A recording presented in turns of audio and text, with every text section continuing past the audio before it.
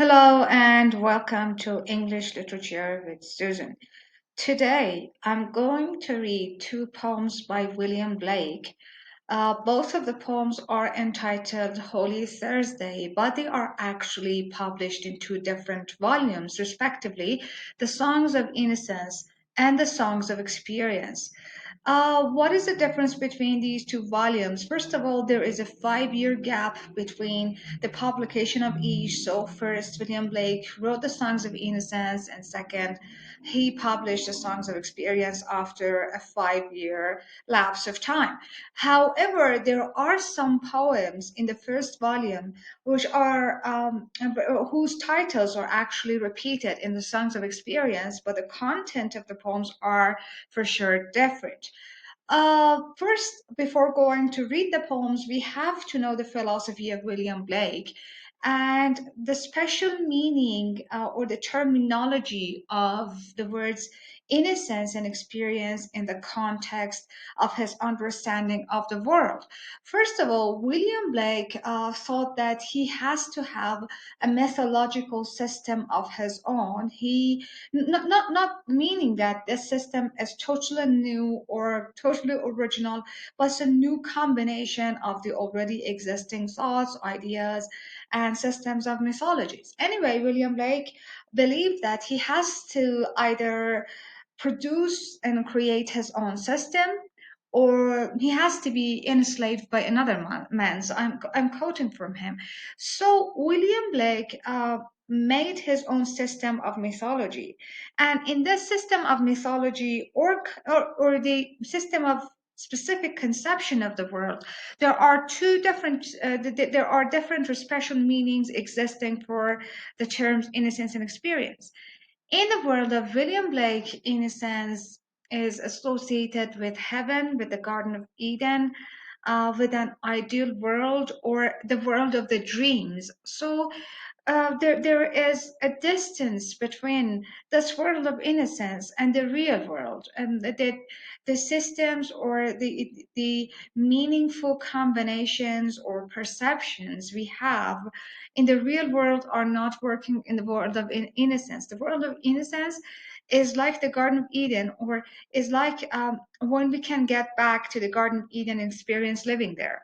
And Blake thinks dreams, poems can catch this world of innocence. However, the world of experience, hierarchically below the world of innocence, is the real world of the experiences, the world we live in, the world of the measures, weights, the world in which everything has a specific type of a meaning. You cannot change it. That you have no control maybe over its incidents. Rather, you can weigh them up and do something for them. So in the world of experience, we are more passively receiving, while in the world of innocence, we are the active agents of dreaming. Anyway, when we go to the poetry, we see the world of innocence mostly represents children in it, as William Blake puts a great emphasis on children and their interconnection to the world of innocence, because they are still children. They are not, let's say, temporarily far away from the time of their birth. They are still connected to the heaven from which they are coming. So the children are angel like creatures in the songs of innocence. While in the songs of experience, these children are seen in the real context of the world. Especially William Blake had an eye on orphan children, on children of the poor families, or the child, the issue of the child labor. So while we see children stated or posited at an ideal location in the songs of innocence, in the songs of experience, we encounter their real conditioning, or the real position in the structure of the world. So let's see what is happening in Holy Thursday. Holy Thursday is, of course, a religious occasion. And don't forget that the Romantic poets have a negative view towards religion or the institution of the church. And here we somehow see the children and their world of innocence above the world of innocence of the church or what the building can represent. This is William Blake's own engraving, I'm sorry, of the Holy Thursday, which is part of the Songs of Innocence.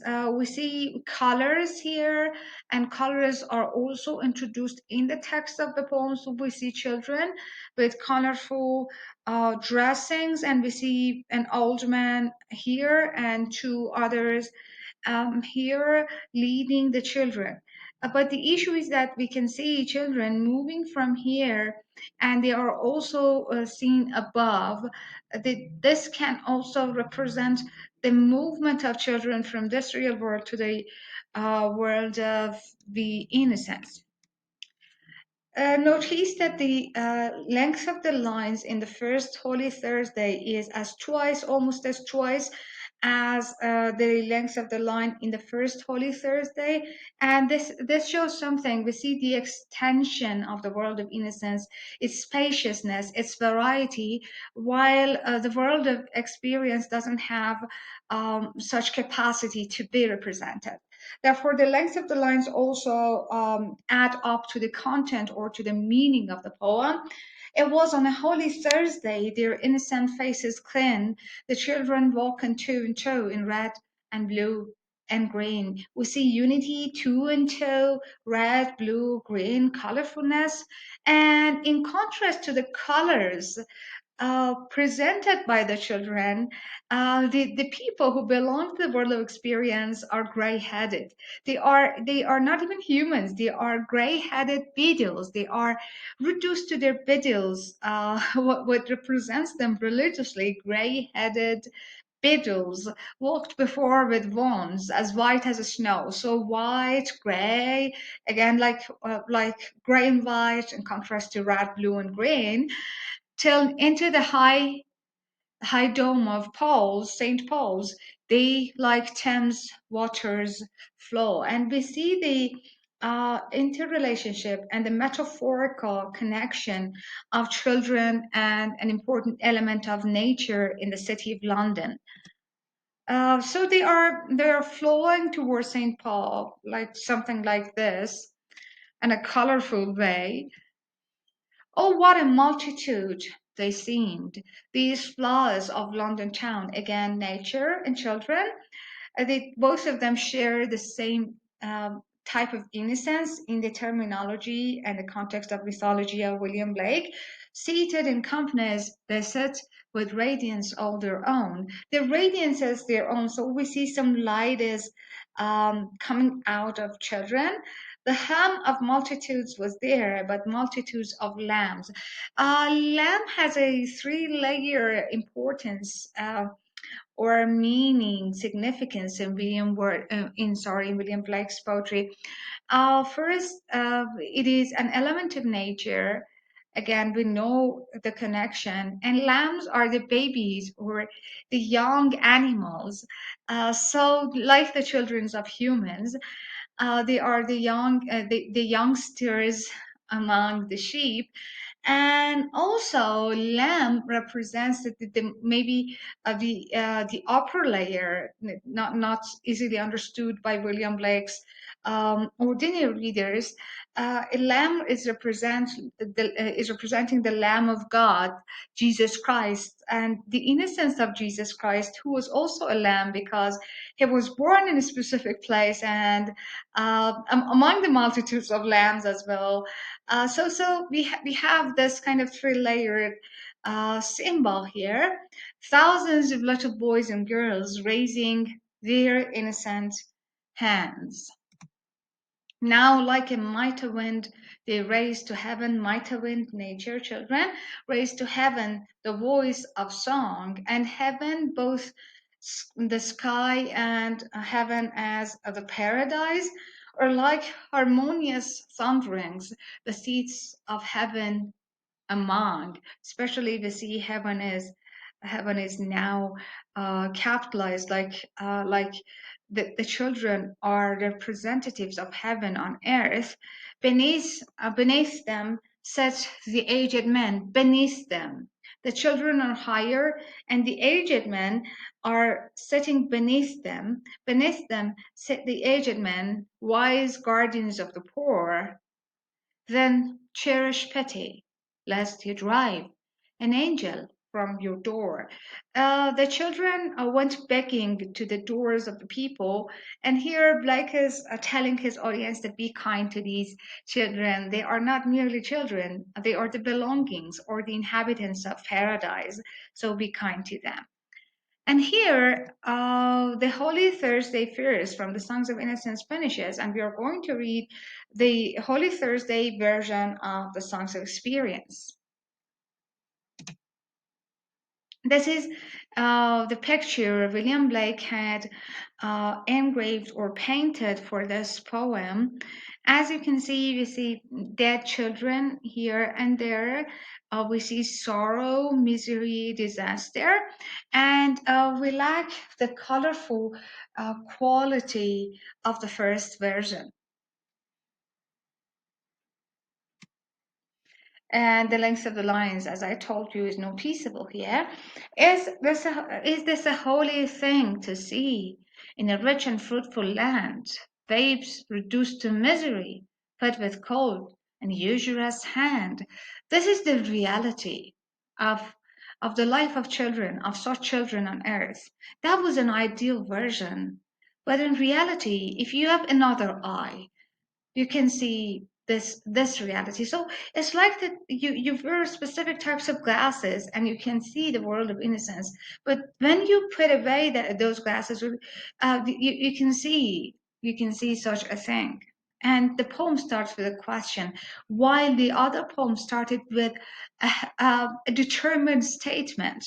So here, instead of a statement, we have the doubtfulness of a question, or maybe the poet is using rhetorical question. A rhetorical question is a type of a question whose answer is already known, but it is asked to emphasize. Here he's using a rhetorical question to bring the shame back on the English society. Now, when you say it's shameful, it's different from saying, is it not shameful? When you say, is it not shameful? It is more comprehensive, it is more effective. So, to make that impact possible on his audience, William Blake starts the poem with a question, and then the series of questions and exclamations continue in the poem. Instead of statements, we have, or long statements, we have short questions. Is that trembling cry a song? Can it be a song of joy? And so many children poor? It is a land of poverty. So when he wants to make a statement, that statement is like this: it is a land of poverty. And the exclamation mark, of course. And their sun does never shine. And you see, nature cannot contribute to the presence of children. Nature and children are not confluent factors in this poem. And their sun does never shine. And their fields are bleak and bare. So nothing is green. We don't see the green and blue and the red of the first poem. We see bleakness and bareness, not shining sun. And their sun does never shine. And their fields are bleak and bare. And their ways are filled with thorns. It is eternal winter there. And it is the eternal winter, so we don't see the sparklings of spring here.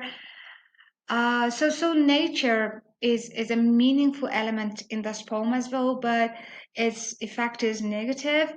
For wherever the sun does shine, and wherever the rain does fall, babe can never hunger there, nor poverty the mind appall. Poverty is an appalling phenomenon, not something to be cherished, as it was represented in the Songs of Innocence. Here he is not uh, rejecting what he had represented in the other poem, but he is showing us two different visions, two different ways of looking at things. So this bifocality is present in William Blake's poetry. He's not let's say dissatisfied with what he had written already, but that composition is looking into the world from a different angle point, while this one is more reflective of the realities of the society. So, this was my explanation of these two poems. I hope you've enjoyed it, and I hope I can see you in my next videos.